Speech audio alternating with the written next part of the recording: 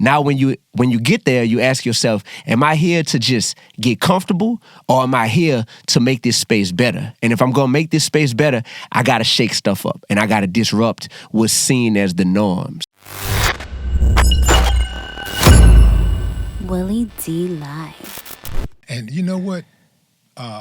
Big salute to Pawpaw, but also for you for seeking knowledge. That's how I used to do it, man. Like, and this is why I didn't make as many mistakes in my 20s as some of my peers did. And I had so much game to give in the music, is because I listened to my elders. Today, a lot of these youngsters, man, they quick to call somebody old and, quick to look down on somebody. I mean, that's a bad thing. They act like old. Yeah, they act like old is a curse or something, when that is the goal. The goal is to get old. You see? But and a lot of them make mistakes, and a lot of them die prematurely because they don't have any respect for age. They don't have any respect for their elders.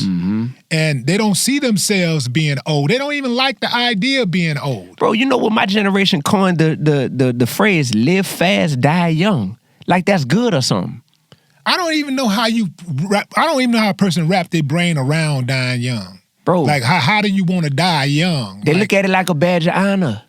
How? Intoxicated with ignorance, bro. How? Even not just dying young in the physical, but dying young in the mental when you locked up in prison for 25, 30 years, 40, 50, 70 years for doing something ignorant. Yeah.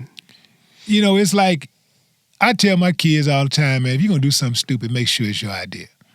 I got you. Because at least if it's your idea, you can deal with it, That's a But fact. if it's somebody else's idea, you be like, man, kicking yourself the whole time. You was just a crash dummy. You was dummy. a crash dummy behind somebody else's way of life, and you just followed along with it, man. That's tough. That's why I said the title of my album, Life of a Disruptor, Evolving Daily, because if I'm not a disruptor, I feel like I'm wasting my time in this rap game. You know what I mean? Because whenever you find yourself in love with something that you see also has so many flaws and so much room for growth, it's like, oh, this is exactly where I need to be. Because I'm in love with it. I'm in love with hip-hop. But I see so many flaws inside of hip-hop culture, and I see so much room for improvement inside of hip-hop. So that's right where I need to be. Now, when you get there, you ask yourself, am I here to just get comfortable, or am I here to make this space better? And if I'm going to make this space better, I got to shake stuff up, and I got to disrupt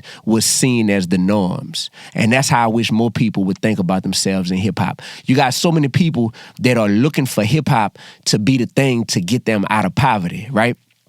My grandpa told me, he said, man, you already got everything you need. You just heard the recording. Papa told me, you already got everything you need. Whether or not you use it, that's on you. You know what I'm saying? So what that let me know is to make a living and provide for myself and my family down here, I got what I need. I don't need hip hop for that.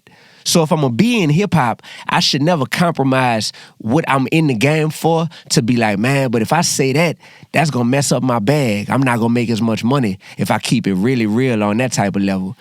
When was that moment in your life that made you question the value of success? Oh, man, that's the question of the century right there.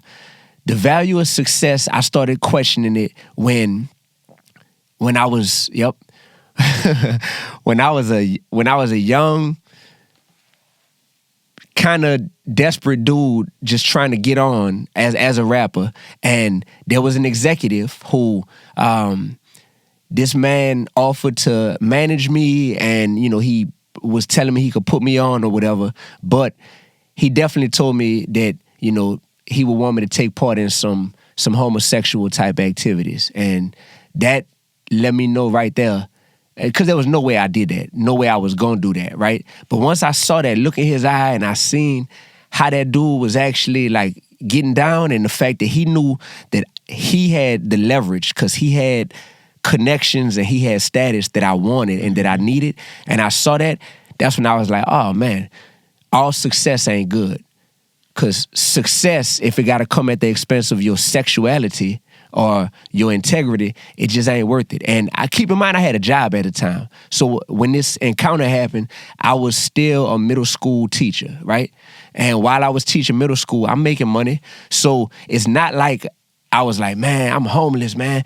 I got to do this or else I can't even pay my bills. Nah, I always been providing for myself. You know what I'm saying? So when I got propositioned with that, it was very easy to say no to it, but it also let me know there's some people who wouldn't have walked out of this video shoot today with their manhood. What's his name? I ain't gonna say it, bro. And I'm gonna tell you why I'm not gonna say it. It's not Diddy. I tell you that much. His name not P. Diddy. Well, the only reason why I want to know the name is so that other people can watch out. Yeah, so right. When I first told that story, I realized that that was like 10, 12, maybe 15 years ago. I'm like, I ain't heard nothing about Dude in a while, right? So I went and did a little research to see how he was, because he was like an exec back then. Man, Dude not doing good at all. He not doing good at all. So it's one of them things to where I'm like, oh, life, karma, whatever you want to call it, it done caught up with him. And me seeing that and me knowing that, it's like he not even in that position to where he's still trying to do that to people. Cause What'd you say his name is? He not doing good. His name, First name. First name, man. First name ain't gonna give it away because he got a very general first name. But nah, I don't. Initials. First and last initial. Nah, but I don't want to go viral for that reason, bro.